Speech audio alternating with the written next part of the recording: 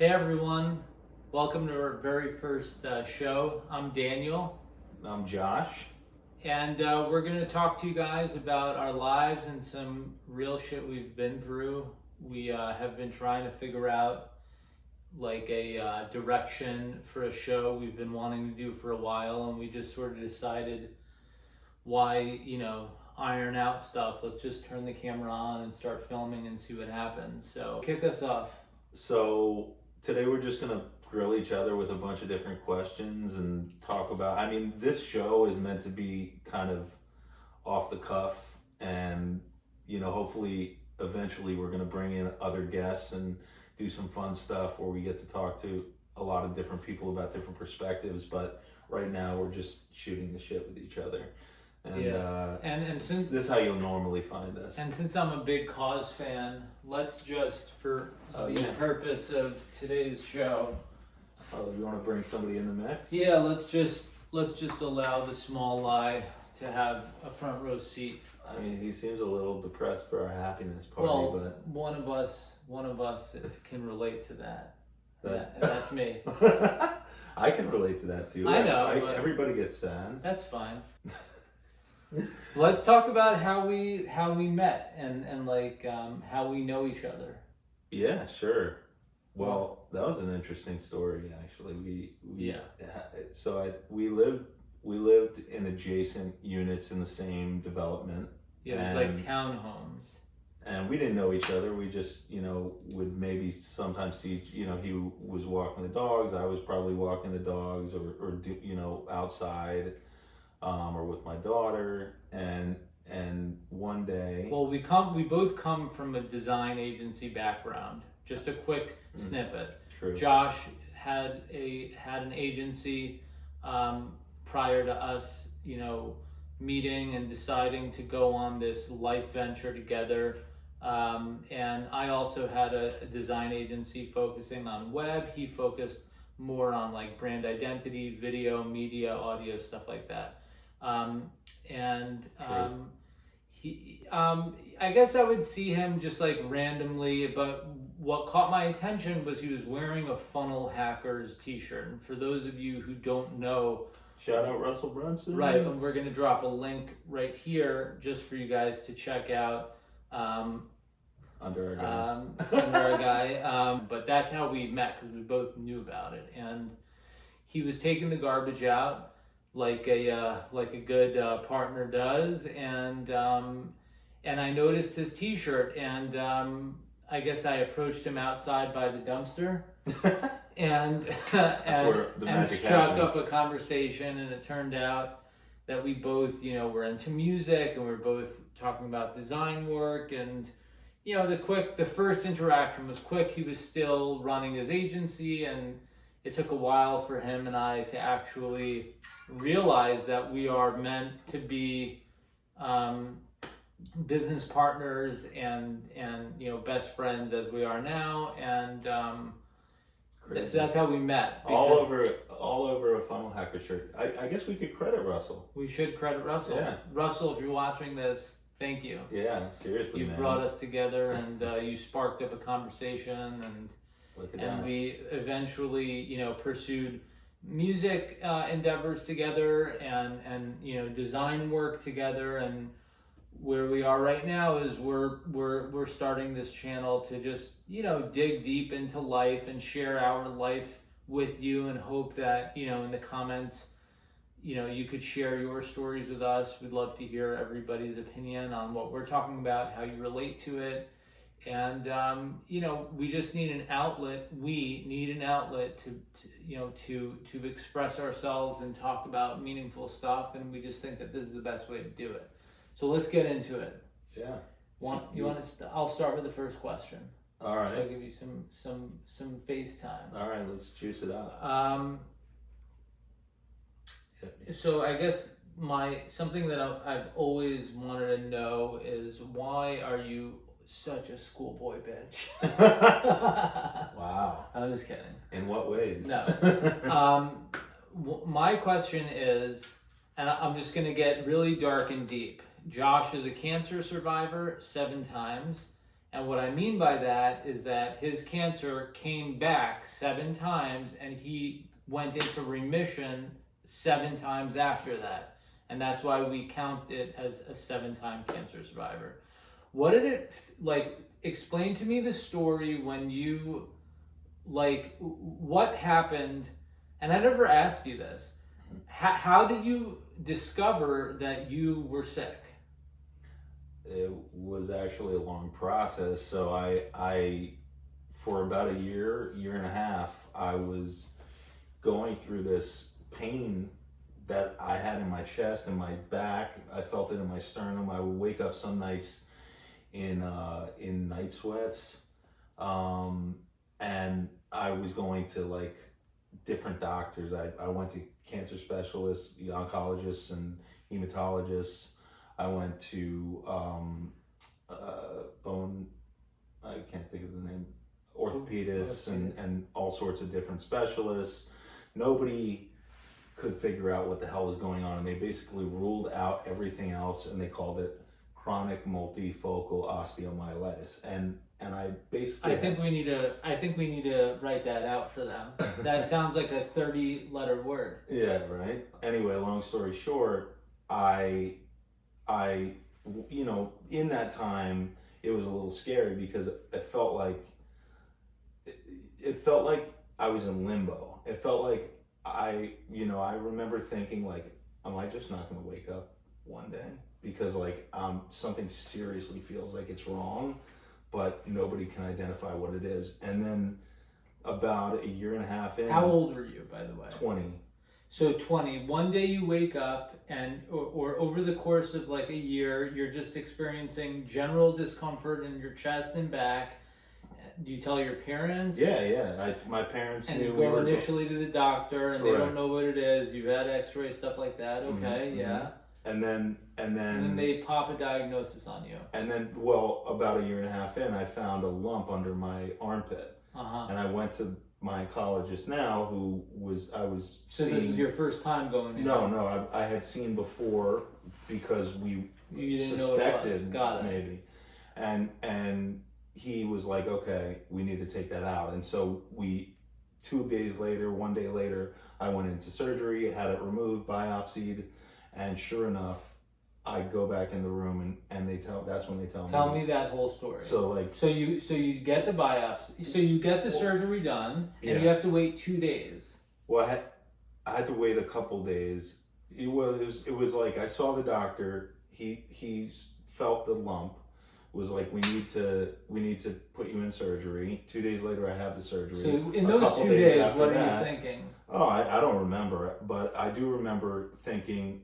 I think I was probably like scared, but also like excited about getting to maybe finding out what is going on. And I remember feeling actually when he told me that it was cancer, I remember actually being relieved, because at that point I knew I had some sort of protocol. I knew I could do something about it versus just feeling like a sitting duck and waiting like, am I gonna not wake up one day? You know what I mean? So like actually getting the news at that point was a relief, but also I had to process all of that. And then, they also told me I had stage 4, which, it means you basically had it in multiple stage 4 spots. Of what? What were they? Stage 4, Hodgkin's lymphoma cancer, and it's cancer of your lymphatic system, and basically, I had in my sternum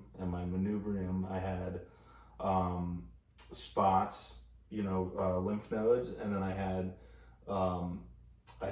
cancer in my bones. So you get the diagnosis, and then you get the surgery, and what do they tell you your path is? Like, aren't you in the middle of being in a rock band? Yeah. And what's going on with that? Tell them what. So I think what we're gonna do today is we're gonna go through Josh's backstory and then cut it, and then we'll pick up our next video, and I'll introduce myself. Yeah. So let's or I'll introduce him. Yeah, exactly. So I was in a rock band at the time. We were doing pretty well and had been touring and had been putting out albums and the band name is Atomic Tangerine. What? Okay. What? So yeah, it's pretty hysterical actual name. So you were in a band. So I was in a band. I was the front man, lead singer, rhythm guitar player. Sometimes I like to play with the ears. Basically, sometimes I do that. That was very naughty. Go on. Basically, what I would do while I was going through chemo, when I started going through chemo, is I would literally vomit a couple times after my chemo, and I would drive back to Orlando, where the band was based at the time, and we would just immediately begin rehearsing, preparing for shows, making whatever records we were making, and then on day 3 and 4, everybody knew you're that out. I can't play shows or do anything those days, right? So we at least like tried to honor those days. 3-4 after treatment. 3-4 after treatment, because that typically on a chemo cycle is when you hit your lows and you feel like you have like the flu or something like that. Right. And so and by the way, I did do some shows during those days. Yeah, because we had crazy opportunities sometimes. Right. And I remember in Tampa, I almost passed out on stage at one of the shows. And after that, we were like, all right, let's not take that risk again. As you'll learn from me, I don't do well with being sick. And I think one thing that, I guess really connected me to Josh on a brotherly level is that he has been through my worst nightmares and is living to talk about it. He's also the antithesis of me. He is a positive, happy-go-lucky guy that gets, rammed in the face with some life-altering shit and just John Deere bulldozes right through it. Whereas my personality is really to curl up into a ball and pretend like it's gonna go away, and it won't. And then I'm a work in progress too. But I think that's one of the biggest things that I admire about Josh is that regardless of the situation that he's in, he's able to look at the positive aspects of it, not overreact, and take the appropriate route to figuring out what to do.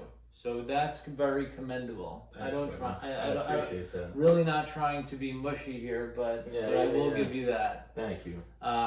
So means a lot. So anyway, that was a good, I think, first intro into Josh. Obviously, his cancer story carries on for 15 years plus. Yeah. And we'll get to, by the way, we didn't talk about the dirty shit. I went through different emotional points. Right. And I went through, different lows and highs, and I went through different ways of coping.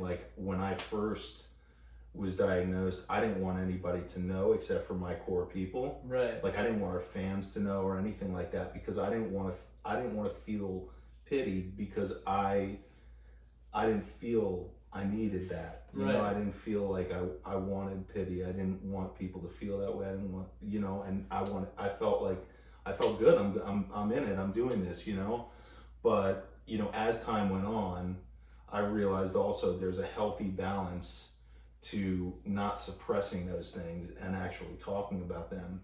And maybe some of it over time I wasn't dealing with head on enough. And so there is merit to dealing with it head on. Also, anyway, we'll get into all sorts of ill shit, but right now, just kind of touch the surface of some of it. Should I drop a quick little paragraph on myself before we cut it? Yeah, so I'll introduce you. Basically, Daniel is... Hold on, let me just wave my hair. Okay. Daniel has, by the way, we're both bald. Yeah, in his own regard, suffered his own battles, gone through his own process that is very tough, between addiction, both gambling and drug, and also mental health in terms of anxiety and depression and dealing with those lows and highs. And obsessive behavior, I would say too. Yeah, and so, but you take that also and you alchemize it in certain ways, and you have your way of just bringing this amazing spin on it, and regardless, that's where it comes from. So tell us, I guess, a little bit more about, first off, I guess, just like you said, just touch on the story, because at the end of the day, we're going to dive into this stuff more deeply in all ways. But right now, we also don't want to keep this we don't want to crazy. So I'll give you an abridged version. Yeah. I grew up in New York City, loving parents, sisters. I had a horrible academic career. I was always capable of more than I put in, and I had a really hard time focusing. So very early on in my life, I was diagnosed with ADD and immediately put on stimulants. I was immediately put on Ritalin. I had a bad reaction to it. It made me, moody. I had terrible crashes. Then I was put on Dexedrine and, a few other medicines back then in the early 90s,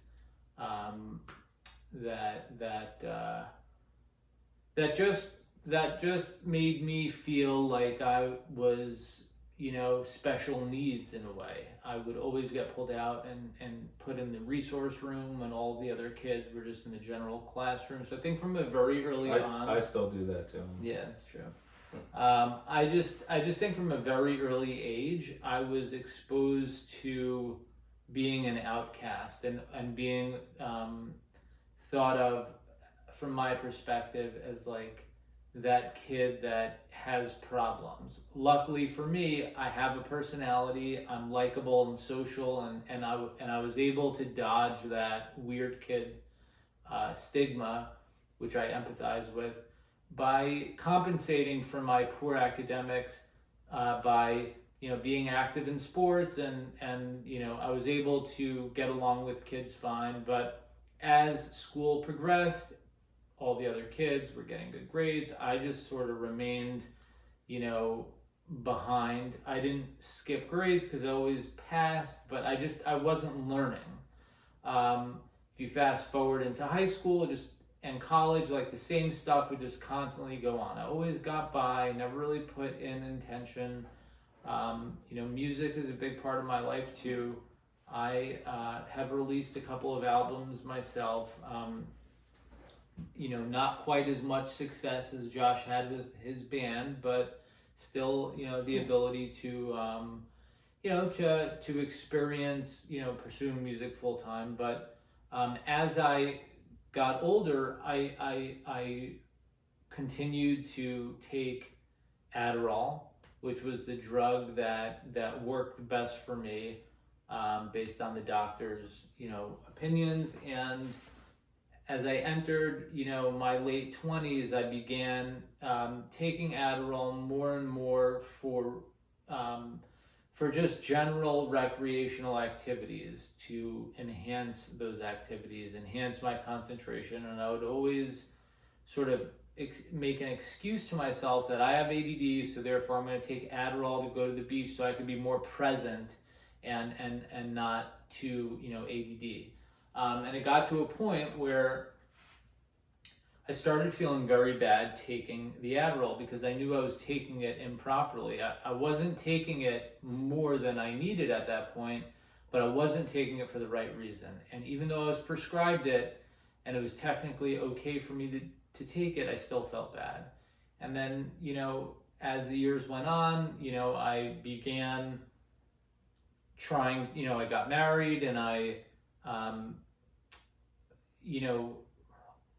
turned very, mean to my partner, my wife, and I needed to find something that would help taper off that crash. So that, of course, was pot. And I would say for about a year, I was smoking pot with the Adderall, overusing the Adderall, and that combination just turned my brain into like a dead fish. Like I was not able to. Well, and benzos, right? Right. And yeah, I took right. and some alcohol. Yeah, I guess that's right? true too. So combinations. Right. The combinations of all that just made me like dumb, lack of judgment, inability to really like talk, keep a thought, and it ended up that I, got to a point where Josh and my wife and my parents and one of our good friends, all intervened, and I went to rehab. And rehab was really tough. We'll save that for another day. But where we are now is I'm, over 2 years, clean from the pills, and like life is still a struggle, but it's not nearly as bad as it was before. At least now, my problems are exposed, my shortcomings are accounted for, and I still struggle every day with feeling righteous and needed, but it's a work in progress. And I think that actually, before I pressed record on this, I thought that it was going to be just like a boring thing, but this is quite therapeutic to be able to talk to you guys and to you, Josh, about our issues, because it's not something to hide. I think like part of this channel also will be talking about our personal problems, to try and encourage you that it's okay to have them, and it's okay to find that one person or a couple people to talk to and just vent to, because it doesn't always need to be a doctor. You can get a lot out of another opinion from a friend, and that's really what I hope for you guys, is to take some piece of what we're talking about, and if it applies to you, to just try and do the best you can to protect yourself, and by that I mean finding someone that you could trust, that's willing to hear you and coach you through it. And even what you said, just somebody to listen, somebody to hear you, right. Somebody to not even have the answers necessarily, but even just by talking now, or talking to the camera, or talking right. about your issues, what I was saying before too, with my cancer, with your addiction, if we didn't talk about it, if we buried those things down and didn't deal with them, it wouldn't be healthy. Right. So we hope that it gives you guys some excuse to also, even if it's talking to, like you said, a friend or a confidant, versus putting it out there on social media, but all of it is productive for you to not bury that stuff down, and to actually deal with stuff, and to actually get comfortable in your self-awareness. All right, well, we hope you enjoyed this video. Good talk. Yeah. Great talk. Yeah. And glad we're healthy. We'd love to hear what you guys think, and we'd love to hear, drop a comment, hit the like and subscribe button. We hope you stay safe, wear a mask. Spread the love, not the virus. Right. Mm-hmm. I see that. All right, guys, we'll see you soon. Ciao. Later.